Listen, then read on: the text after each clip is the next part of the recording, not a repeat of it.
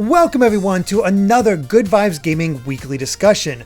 Once again, I am joined by Ash Polson and Steve Bowling, and this time the weekly poll by our patrons was won by a second chance. One we offered up before, and it won and has a chance for us to talk about it. That question being, what developer deserves to remake a Nintendo franchise? And this should be relatively quick considering we can only offer up one. So that means it's not going to be all these alternate things or anything like that. We're actually recording this before Steve and Ash are heading off to PAX, so they have some packing to do. And some paxing, you mean? Yeah, exactly. They got some packing before PAXing. Yeah. So we're just going to go ahead and jump right into this, especially Steve. Steve, what do you think? Because we were actually, before we started, we were actually brainstorming a few of these together and we came up with some good ones. And I like what you came up with. It's very original. So what was that? Nice. So hear me out. I'm calling for a remake of Star Fox. And I know that part isn't really original. We've talked a lot about wanting Star Fox to get a proper reboot, or at least to get some kind of attention and love from Nintendo. But the developer that I want to handle a reboot of Star Fox is Hello Games. And that's where I think it becomes a little more interesting and a little off kilter. And here's why. For those of you that don't know, Hello Games famously made No Man's Sky. That is a game that doesn't necessarily have the best reputation, or maybe now has more of a reputation for turning itself around than what it was when it came out. If you haven't played No Man's Sky recently, it has evolved into quite an excellent game, and it has a lot of the things that I'd love to see in a Star Fox game.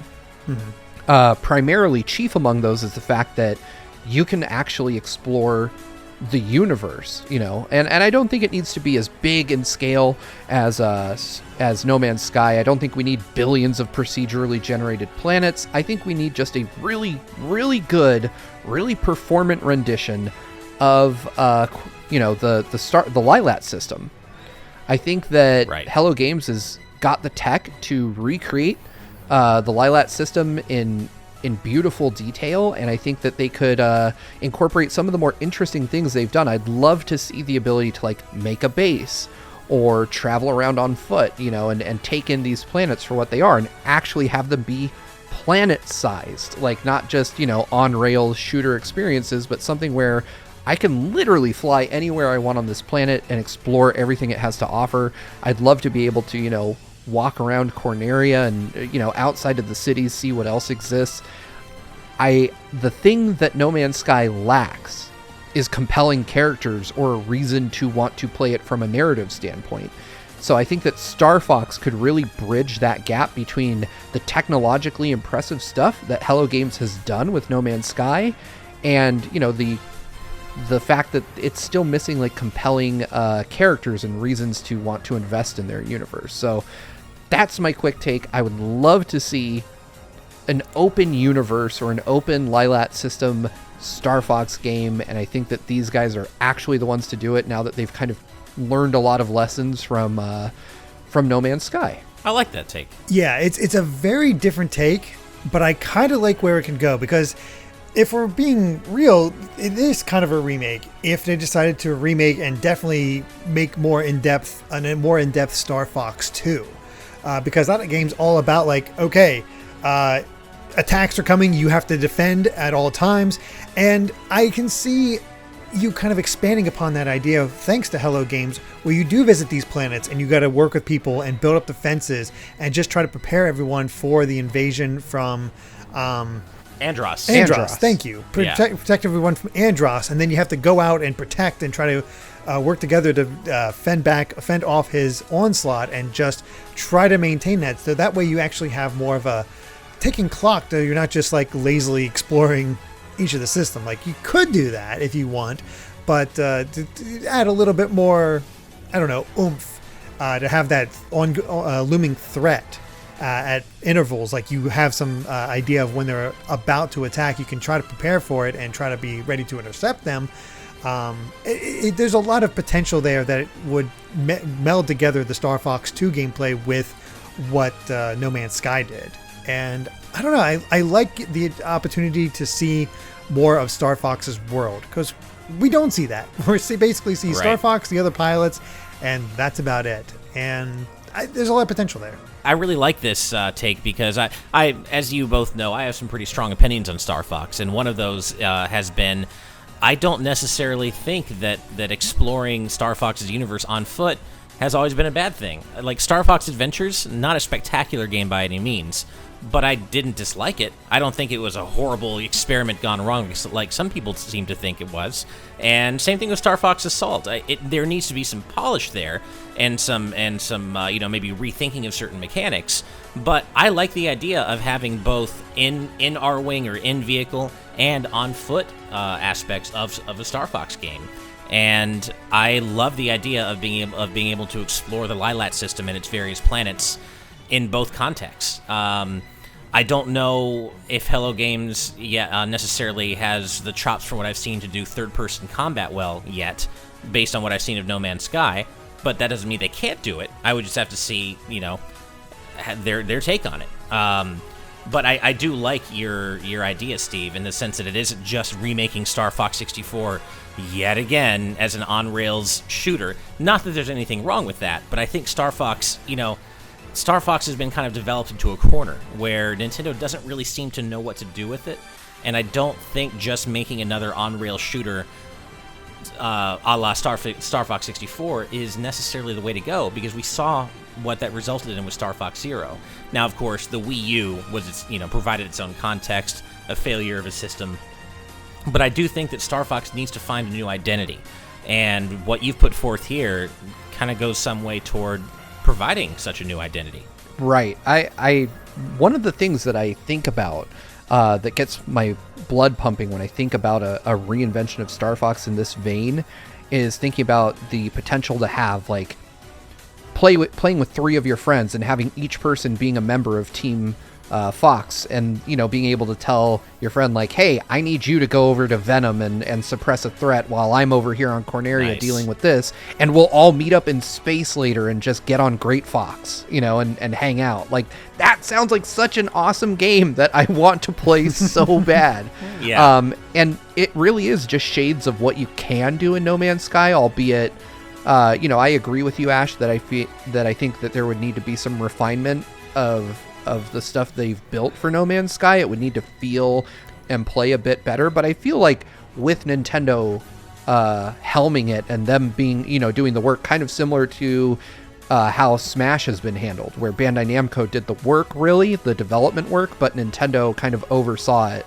I think that could be a really great partnership that could give Star Fox like new life that it really desperately needs. Mm-hmm. And I'd be more interested in checking out the planets, because hopefully they'd be, actually designed rather than procedurally generated, which never interests me. Procedurally generated stuff usually is just sort of like, same. It's fine. That doesn't really do anything for me. But I like the idea of taking what was kind of established with Starlink, with what they did there, and kind of expanding upon it and doing more with it. There's a lot of potential there, but we do need to move on. Unless you have anything else you want to mention about your Star Fox idea, Steve. Nope, please, Doug Bowser, if you're listening, this idea is free. Take it. There you go. Nice. Ash, what about you? So this is actually a perfect segue. I'm glad I'm going next, because there is an ending in Star Fox Command that can happen. It's not canon, but it can happen, in which Fox leaves the Star Fox team. He decides to not be an R-Wing pilot anymore, and he joins the G-Zero Racing League. I think it's called the G-Zero in that ending. Mm-hmm. And, of course, where I'm going with this is FZero, and this is pretty straightforward. I'm not thinking about a complete reinvention of the wheel here, as it were, but Shin'en Multimedia, who made Fast RMX, Fast Racing Neo, give them the keys to FZero, because we've seen that they have the chops to do it technically. I mean, look at it. For those of you who haven't played Fast RMX, you can play it on Switch right now. It's the sequel to Fast Racing Neo on Wii U, and it is a buttery smooth 60 FPS arcade racer with F-Zero overtones, I would say. It's not exactly like F-Zero, but it's certainly in that wheelhouse. And it's close enough to what F-Zero does that I think Shin'en, with oversight from Nintendo, could make a damn good F-Zero reboot if that's what it, if they didn't want to do another sequel and just wanted to reboot it entirely. Give it to Shin'en, because Nintendo, we have seen don't have the interest or the bandwidth, or maybe both, to do F-Zero in-house, and that's fine. We've already seen that they don't necessarily have to do it in-house to make a damn good F-Zero game. Sega, Amusement Vision, they did F-Zero GX, and AX, and they're both awesome games. So it's not as though this would be anything new for the franchise. Farm it out to an outside developer, and in this case, if Sega can't come back to do it, specifically Amusement Vision, then I say give Shin'en a chance, give an indie dev a chance, and you have oversight and extra funding from Nintendo if you need it. But anybody who's played Fast RMX knows exactly what I'm talking about. It feels like F-Zero.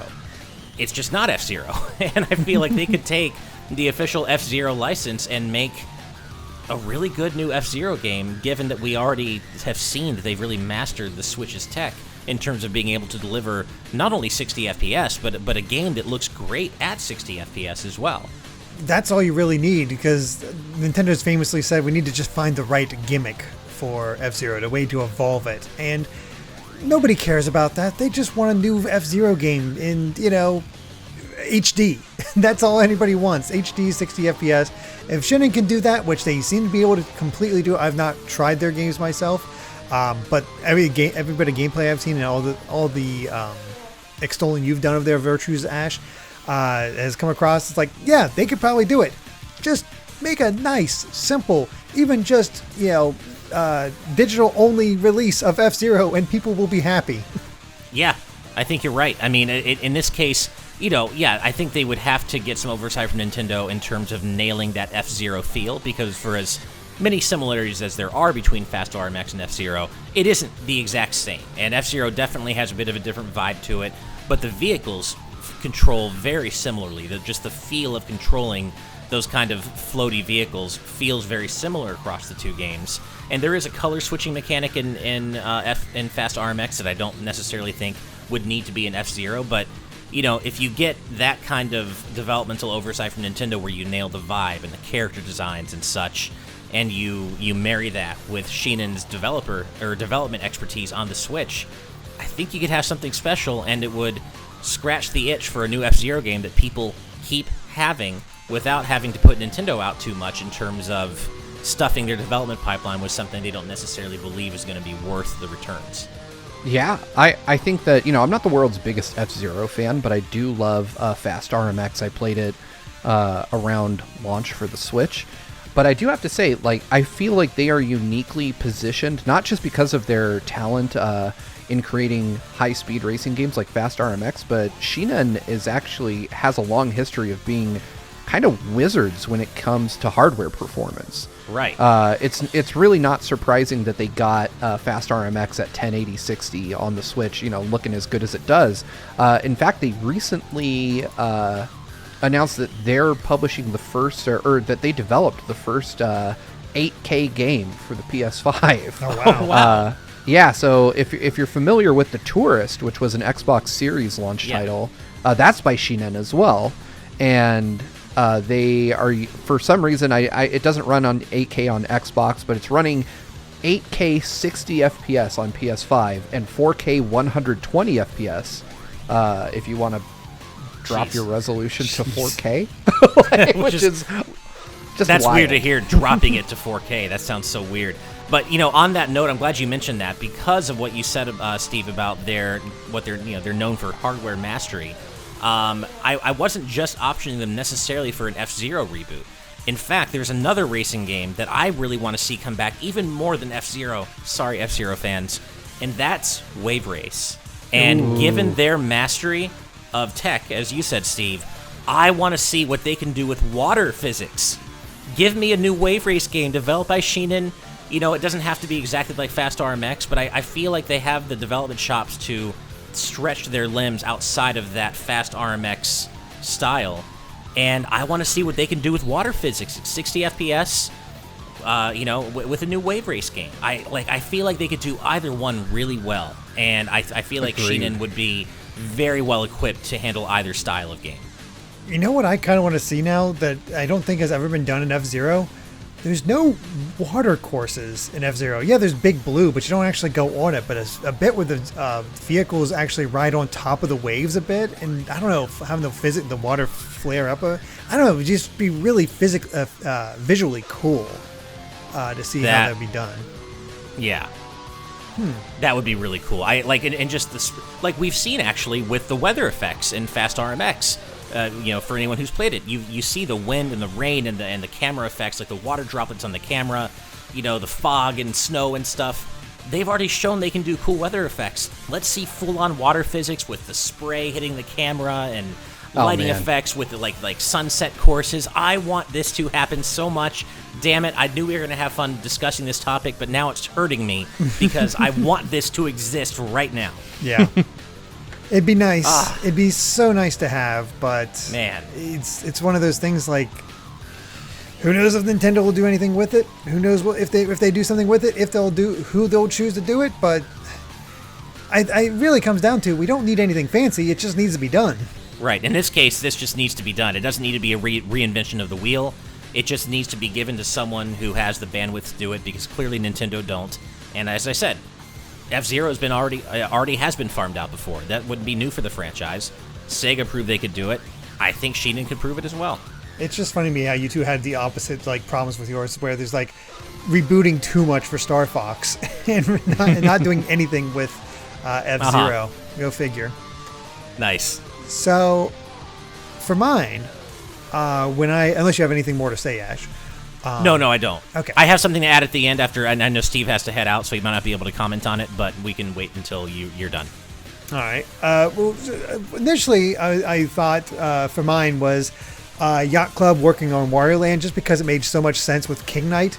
But I'm like, that is so basic. And I think if I want to see Wario return, I want it in more of the vein of Good Feel. So I was like, we'll just move on from that. I wanted a different idea, something not really thought of.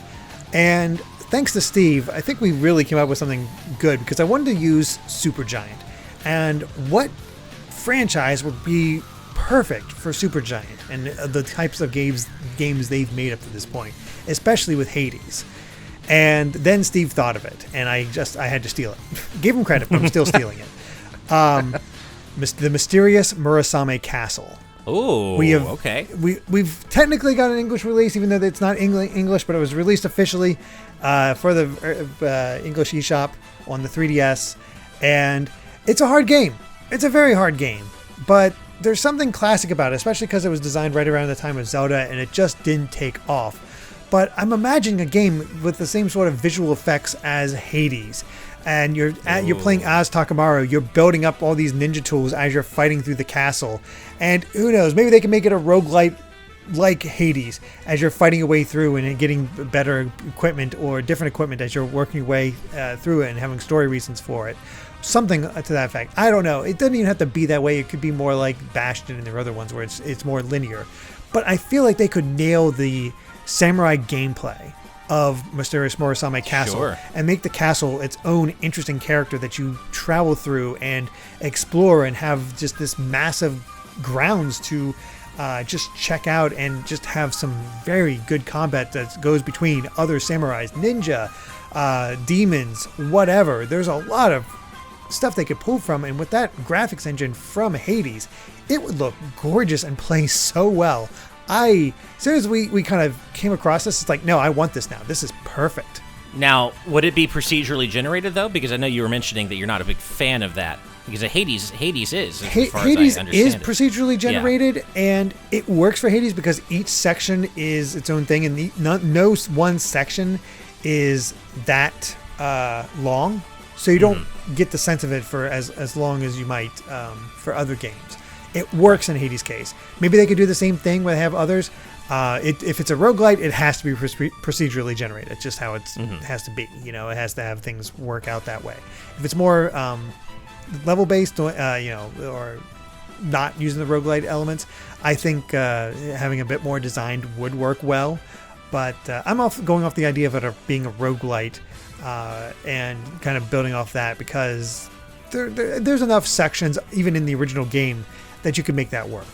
Right. I think it's right there in the name, the Mysterious Murasame Castle. So when I pictured it, I was thinking of like, oh, there are already the idea of being in like an old Japanese style castle and rooms moving around and shifting, and the castle reconfiguring itself is almost like a trope in and of itself, right? So I picture, Takamaru is in this castle, and his goal is to rescue someone and escape, and to do that, he has to fight through several different bosses. I immediately pictured like that kind of Hades style of gameplay with like quick action, being able to dash through things, and he's really the only character in Nintendo's stable that fits that while not being like jokey or he has that perfect blend of being one of Nintendo's more serious characters who also has that skill set that would work really well with Hades style gameplay. I would love to see that. I mean, I'd love to see Takamaru come back in any way, other than the Wii U, right? Right. Yeah.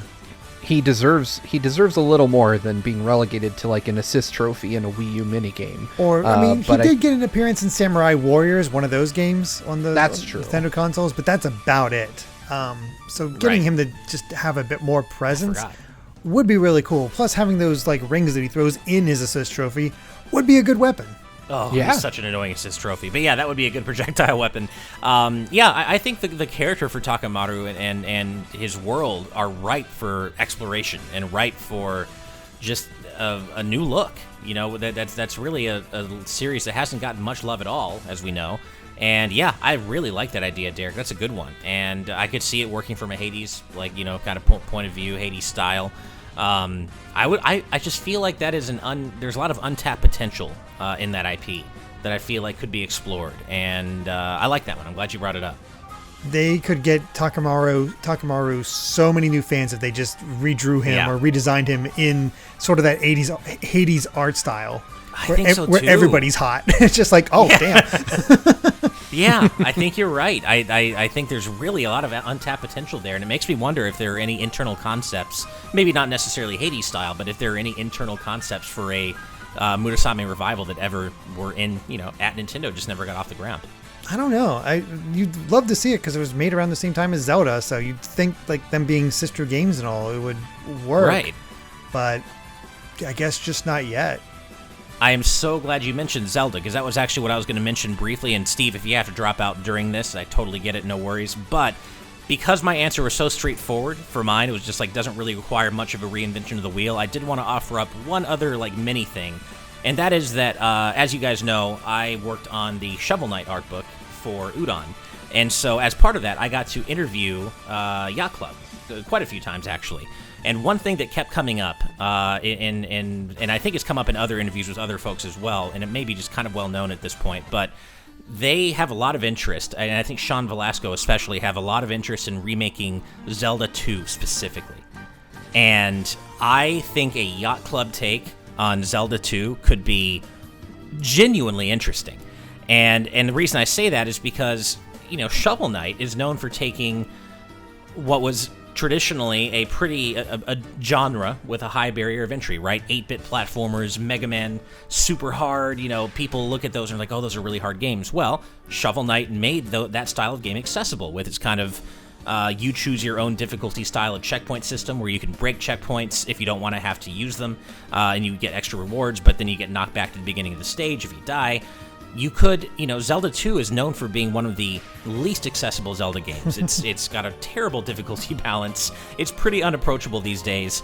So I feel like you have Yacht Club take that Shovel Knight school of design where you make it more accessible, let the player, introduce mechanics that let the player, kind of select their own difficulty level on the fly, as it were, and apply that to Zelda 2 and polish it up and make it more accessible for a modern audience, give it some quality of life features. Especially given the inherent love for Zelda 2 that the Yacht Club team have, that could be really cool, and it could give a real glow up to a Zelda game that, up to now, I think is pretty much known for its reputation as the black sheep of the series. And I could see them really doing it right and doing it new and recontextualizing Zelda 2 for a new audience.